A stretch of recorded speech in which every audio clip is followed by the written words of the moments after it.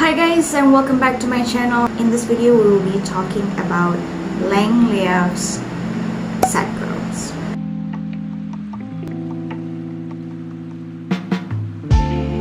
I finished this book like 20 minutes ago and I just can't wait to talk about it.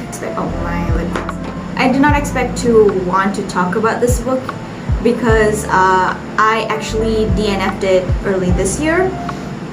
But then I realized that it's already October and that I have a lot in my pile that I DNF'd, and not because I don't like them, but because something just happened and I just forgot. So anyway, now that I pick it up and I finished it in one evening, and it's a ride. So if you don't know Leav, I'm sorry if I pronounced her name wrongly. She is a New York Times bestselling author. She's quite prolific, and I have read some of her insta-poetry books.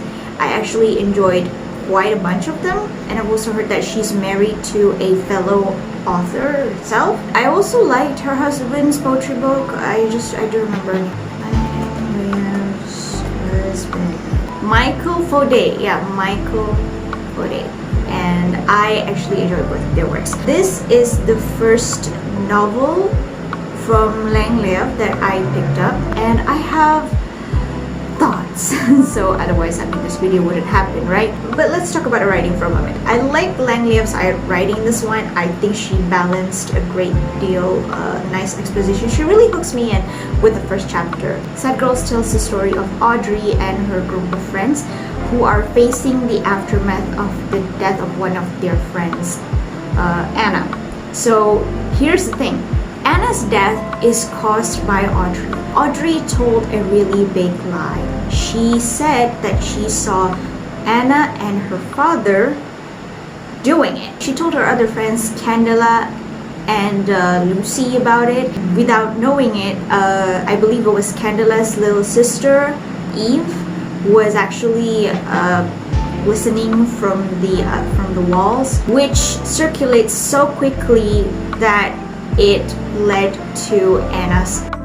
Of course, rightfully so, Audrey feels this really heavy guilt. Then during Anna's funeral, she ended up meeting with Anna's boyfriend, Leav, and they ended up having a connection together. But Audrey already has a long-term boyfriend, Duck. Audrey is already facing a very complicated situation with her mom, because Duck is like a very close family friend, and also Duck used to save her when they were a kid. There's like a lot of guilt, a lot of indebtedness is going on inside Audrey. So we follow Audrey's character. This story is written in first person perspective. This is definitely a character study. It's a look into grief, guilt, trying to move on, trying to forgive yourself. But I don't think that Audrey should forgive herself. This story is about her lie that affects so many people. So I'm just gonna go ahead and tell you that I'm gonna spoil the whole story for you. So as I was reading this, I was actually waiting for something terrible to happen to Audrey, because honestly, Audrey is kind of a shit person. She's not terrible. If anything, she's very human. She was a child. She was like, I think she was like 16, 17 or something.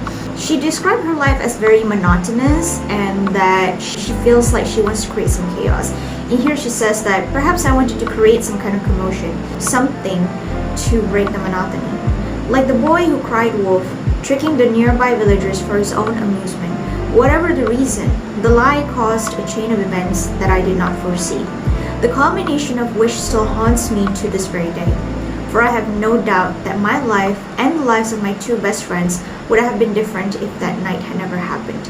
If the lie that left my lips had only slipped away without the opportunity to persist, like a brewing storm pushed out to sea to dissipate over the restless waves. She herself finds that it is a mystery, and she didn't realize how much this one lie is going to affect a lot of things. It's just a really effed up situation, especially in the beginning during Anna's funeral, because everyone thought that Anna and her father committed. Anna was underage, so it is pedophilia. Her father come to the funeral, nobody, the whole family don't want him there. The father's like innocent.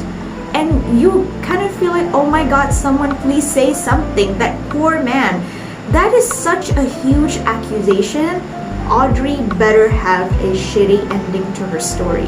So life goes on as usual, at the very least. She started to have anxiety attacks. That's like a small karma. Like, I want Audrey to have a terrible outcome. So I finished reading it this evening and I was like waiting for that outcome. Because Audrey ended up having an amazing life. And I was really shocked. Sure, she has like anxiety attacks and she has problems with her boyfriend. This is like a YA novel after all. But she ended up nailing an internship at one of the top publishing company on Australia. I was like, what luck do you have? You're friends with the right people.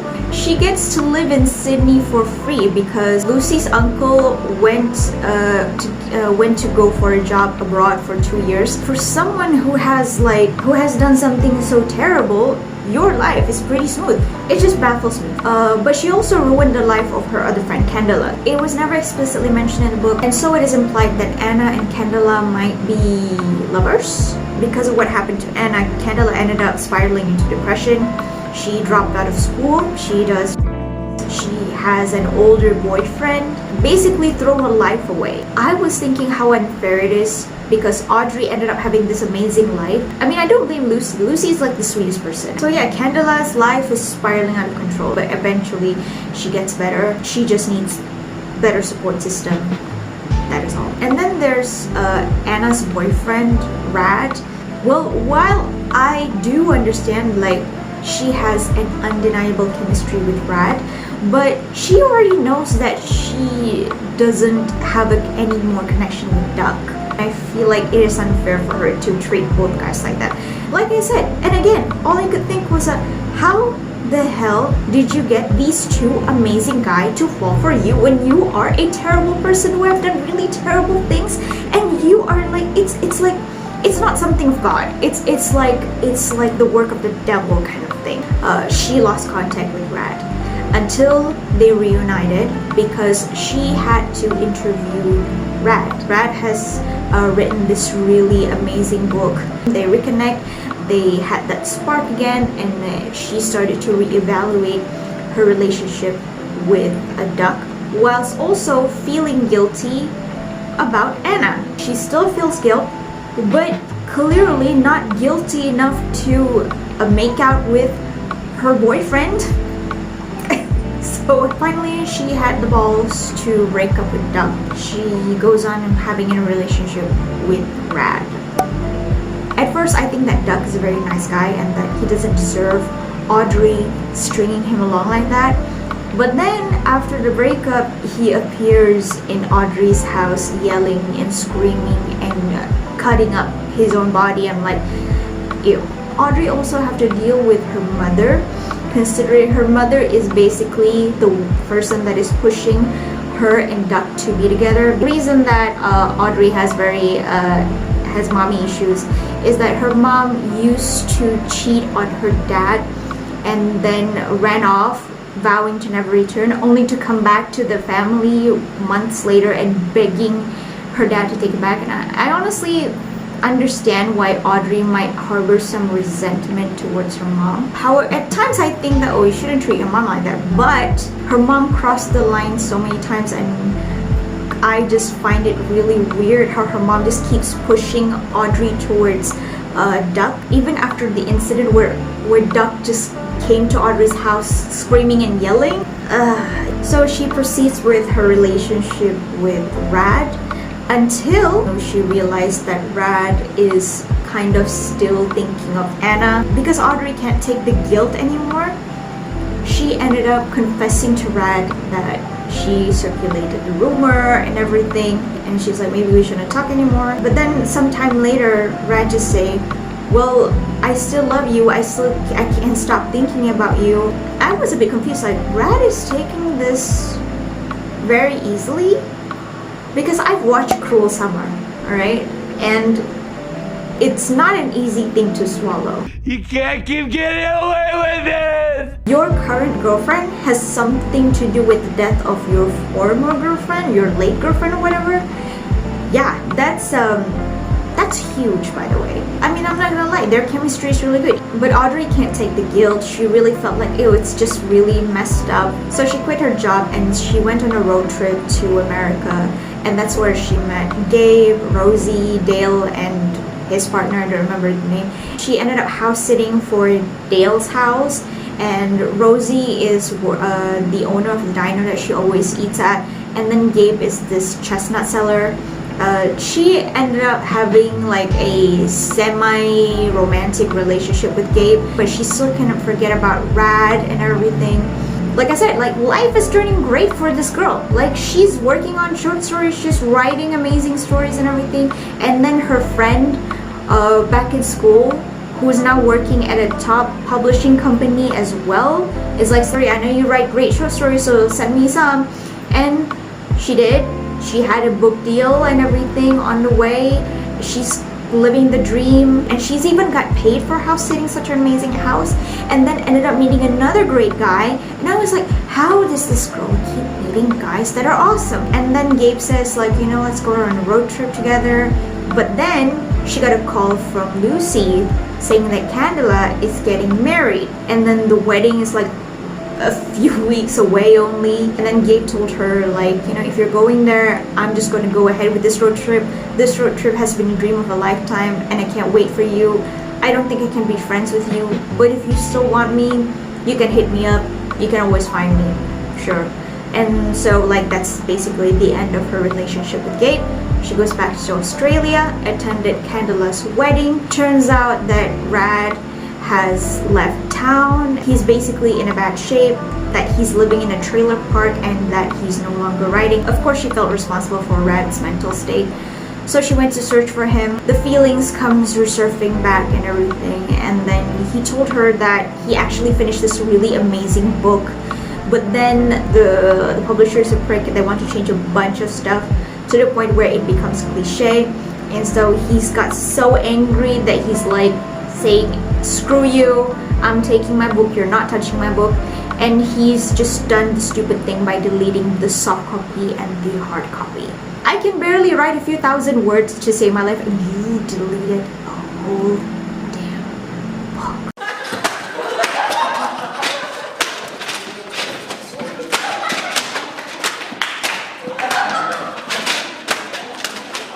You idiot. So Audrey and Rad rekindled their relationship. Things are going well until she got a call from Candela. Turns out that Lucy's boyfriend, Freddie, whom I forgot to mention because Freddie's a nice guy, but he barely matters in the plot.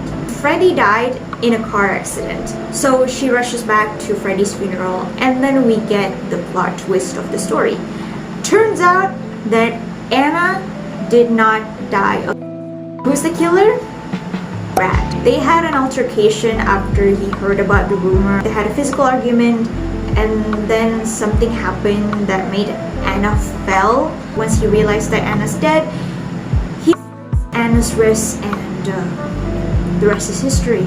This is a really effed up plot twist, by the way, for me, because I was kind of like, oh, poor Rad, you know, like you lost your girlfriend, and then you had a connection with this girl who turns out to be partly the reason for your girlfriend's death. Rad, at some point when Audrey dumped him, Rad was about to commit, so he wrote but it was more of a confession letter. But then he backtracked and he deleted the document. But then Freddie, Rad's friend slash Lucy's boyfriend, found that laptop. Freddie was using Rad's laptop for an assignment, but he also found the note. So he was on his way to take the laptop to Lucy that, you know, he ended up having that accident. One more life ruined because of Audrey. And so Rad and Audrey, they had a huge blow-up fight about this, and Rad was like begging her like, please don't leave me. And Audrey was like ready to dump him, because part of me just say that it's just her self-righteousness, like I lie to people but I'm not a murderer kind of thing. Yeah, she's just as good as a murderer at this point. After this fight, we got the epilogue, and Rad and Audrey are still together. They are living their lives as normal as possible, and Lucy had no idea about the content of side note because Freddie died before he could tell Lucy about it, she realized that it's too late to turn back now. She just has to live with this. Audrey's ending is where she's kind of stuck in this relationship with Rad, a liar and a killer. They're just stuck with each other from now on, and I feel like it is more cathartic this way. She doesn't really, like love Rad anymore. Gabe certainly has moved on with someone else. Also, her ex-boyfriend Duck has moved on with someone else. Even though she can't tell anyone. Rad is the only person who knows her secret, and she's the only living person who knows Rad's secret. It's kind of like a quid pro quo kind of relationship between them. Like in Gone Girl, like they're both kind of just agreed to stick together.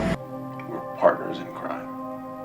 At the end of the day, Nick is just keep like having to live the life looking behind his shoulders, expecting one wrong move from him and Amy would have killed him or something. That kind of way. What are you thinking? How are you feeling? What have we done to each other? What will we do?